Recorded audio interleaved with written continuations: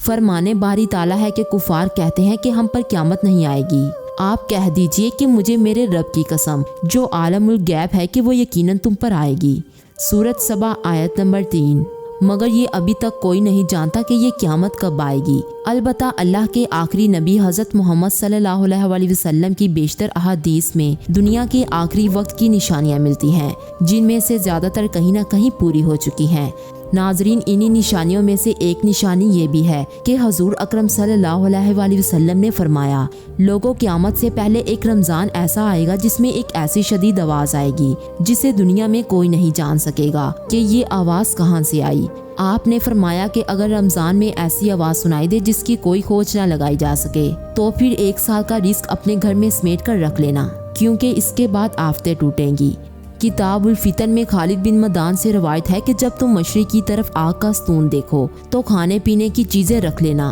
क्योंकि वो कहत और भूख का साल होगा। इसी तरह किताबुल फितन में एक और रवायत भी मिलती है जिसके मुताबिक अनकरीब आसमान से एक आग का स्तून जाहिर होगा जो मशरिक से निकलेगा, और ये एक निशानी होगी जिसे तमाम जमीन वाले देखेंगे। बस जो शख्स इसको पाए तो वो अपने अहले खाना के लिए 1 साल की खुराक तैयार कर ले। इसके अलावा इसी तरह की ही एक रवायत में रमज़ान का जिक्र है कि किसी रमज़ान में आसमान से एक खौफनाक आवाज़ सुनाई देगी जो बड़े फितनों की नकीब होगी, और इसके कुछ अरसा बाद ही इमाम मेहदी का ज़हूर हो जाएगा। नाजरीन, अब अगर लबनान और शाम वगैरह के हालात को देखा जाए तो वहाँ हालात इस कदर ख़राब हो चुके हैं कि हर रोज़ धमाकों की आवाज़ें सुनाई देती हैं और पूरी दुनिया इस मंजर को अपनी आंखों से देखती है। लिहाजा उल्मा के मुताबिक इन हालात को देखते हुए ये कहना बिल्कुल भी गलत नहीं होगा कि इमाम मेहदी के ज़हूर का वक्त हुआ जाता है। और इसके अलावा अगर अहादीस पर गौर करें तो मशरिक़ वस्ता के ज़वाल का आगाज़ मुल्क शाम से शुरू हुआ, लेकिन शायद अरब हुक्मरान या तो यहूदो निसारा की चाल समझ ना सके या बेरुखी इख्तियार की।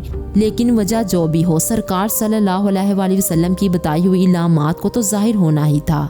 नाजरीन, क़यामत की इलामात में से एक बड़ी इलामत सूरज का मगरिब से तलू होना भी है, जिसका जिक्र कुरान करीम और अहादीस मुबारका में बाआसानी मिलता है। तफसीलात के मुताबिक धुएं के जाहिर होने और ज़मीन धंस जाने के वाक़ये के बाद जिलहज के महीने में 10वीं जिलहज के बाद अचानक एक रात बहुत लंबी होगी कि मुसाफिरों के दिल घबरा कर बेकरार हो जाएंगे, बच्चे सो सो कर उकता जाएंगे, जानवर बाहर खेतों में जाने के लिए चिल्लाने लगेंगे, तमाम लोग डर और घबराहट से बेकरार हो जाएंगे। जब 3 रातों के बराबर वो रात हो चुकी होगी तो सूरज हल्की सी रोशनी के साथ मगरिब की तरफ से तरू होगा और सूरज की हालत ऐसी होगी जैसे इसको ग्रहण लगा होता है, और इस वक्त तौबा का दरवाजा बंद हो जाएगा और किसी का ईमान या गुनाहों से तौबा कबूल ना होगी, जबकि सूरज आहिस्ता आहिस्ता ऊंचा होता जाएगा, और जब इतना ऊंचा हो जाएगा जितना दोपहर से कुछ पहले होता है तो वापस मगरिब की तरफ गुरूब होना शुरू हो जाएगा और मामूल के मुताबिक गुरूब हो जाएगा और फिर हस्बे मामूल तलूह गुरूब होता रहेगा।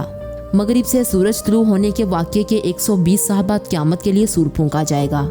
नाजरीन, इसके अलावा अहादीस में एक धुएं का जिक्र भी मिलता है जो क़यामत के करीब पुरइसरार तौर पर आसमान पर छा जाएगा। मुहद्दिसीन ने इस हदीस की वजाहत में तहरीर फरमाया है कि क़यामत के करीब एक दिन कहीं से धुआं निकलेगा और वह धुआं बढ़ते बढ़ते मशरिक से लेकर मगरिब तक और शमाल से लेकर जनूब तक फैल जाएगा और मुसलसल 40 दिन तक बरकरार रहेगा। जाहिर है कि जिसकी वजह से लोग सख्त परेशान हो जाएंगे, क्योंकि अगर किसी घर में लकड़ी के चूल्हे पर रोटियां या सालन पक रहा हो तो वहां से निकलने वाला मामूली धुआं लोगों के लिए नाकाबिले बर्दाश्त होता है, मगर ये तो ऐसा धुआं निकलेगा जो पूरे आलम को अपनी लपेट में ले ले। लेकिन इससे भी ज्यादा ताज्जुब की बात यह है कि मुसलमान इस धुएं की वजह से सिर्फ नज़ला और जुकाम का शिकार होंगे, जबकि मुनाफिकीन और कफार इसकी वजह से बेहोश हो जाएंगे और कई कई दिन तक बेहोश रहेंगे और बिल आखिर 40 दिन के बाद ये धुआं खुद ब खुद गायब हो जाएगा। अब सवाल यहाँ ये पैदा होता है कि क़यामत की ये निशानी कब पूरी होगी और इस निशानी के पूरे होने से पहले कौन सी सरगर्मियाँ अंजाम पाएंगी।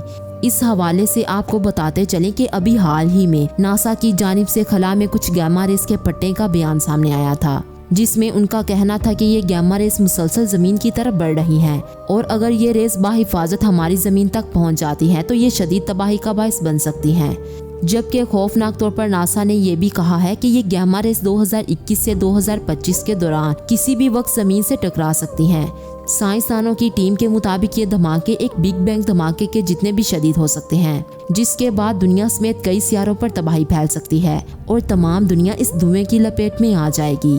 अब ये धुआं जो साइंसदानों के मुताबिक हमारी तरफ तेजी से बढ़ रहा है और वो धुआं जिसका जिक्र अहादीस में आया है, तो क्या इन दोनों का आपस में कोई कनेक्शन हो सकता है? इस हवाले से कुछ नहीं कहा जा सकता, लेकिन इतना जरूर कहूंगी कि बेशक हमारा ईमान है कि जिस तरह अल्लाह ने ये कायनात तख्लीक फरमाई, उसी तरह ये कायनात एक दिन खत्म भी होगी, जिसके खात्मे की वजूहात का जिक्र हमें कुरान और हदीस में मिलता है, जिनमें ज़लज़ला, शदीद आग और धुएं का जिक्र भी मौजूद है, जो क़यामत से पहले दुनिया को अपनी लपेट में लेगा, जैसा कि हम ऊपर बता चुके हैं। नाजरीन, याद रहे इन गैमा रेस का जिक्र 2017 में भी सुनने को मिला था, लेकिन बाद में नासा की जानिब से ये कहा गया था कि इन गैमा रेस से हमें कोई खतरा नहीं है, क्योंकि इनका रुख हमारी ज़मीन की जानिब नहीं है। लेकिन मिसाल के तौर पर ये रेस हमारी दुनिया तक पहुंच जाती है तो तब दुनिया में हर चीज़ फना हो जाएगी, और आज तक साइंसदानों के पास ऐसी टेक्नोलॉजी नहीं है जिसके ज़रिए दुनिया को इस बड़ी तबाही से बचाया जा सके।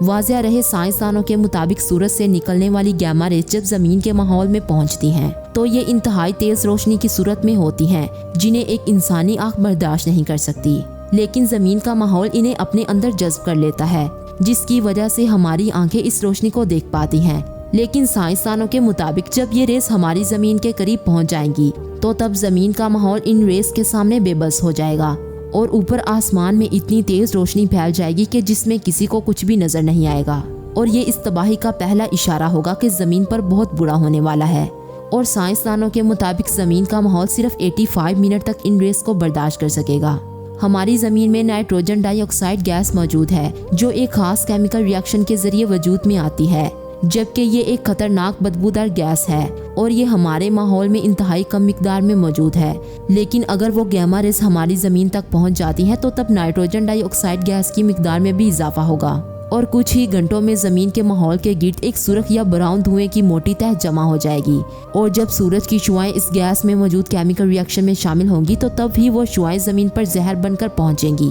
जो हर जानदार चीज़ पर पड़कर इसके अंदर ज़िंदगी को ख़त्म कर देगी। इसके अलावा ज़मीन पर मौजूद बरकी आलात फट जाएंगे, जिसकी वजह से हर तरफ आग और तबाही फैल जाएगी और ज़मीन के मदार में मौजूद सैटेलाइट रेजा रेजा हो जाएंगे और फिर पूरी ज़मीन पर तारीकी छा जाएगी। नाज़रीन, आज की वीडियो आपको कैसी लगी? अगर वीडियो पसंद आए तो इसे लाइक और शेयर ज़रूर करें और हमारे चैनल डिस्कवरी स्टूडियो को जल्दी से सब्सक्राइब कर लें। मिलते हैं अगली वीडियो में, तब तक के लिए गुड बाय।